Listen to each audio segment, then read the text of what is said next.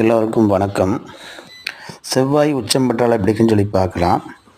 சகோதரர்கள் சிறந்த பலன், சத்ரு சிலர், காரிய சித்தி, யுத்த பிரியம், சோதனை, தலைமை பதவி, பொறுத்தல், பலவகை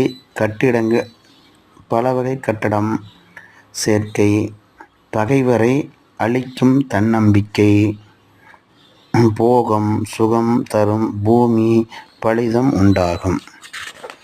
அதே இது பார்த்திங்கன்னா செவ்வாய் ஆட்சி பெற்றால் எப்படின்னு சொல்லி பார்த்திங்கன்னா சோதனை நடக்கின்றது.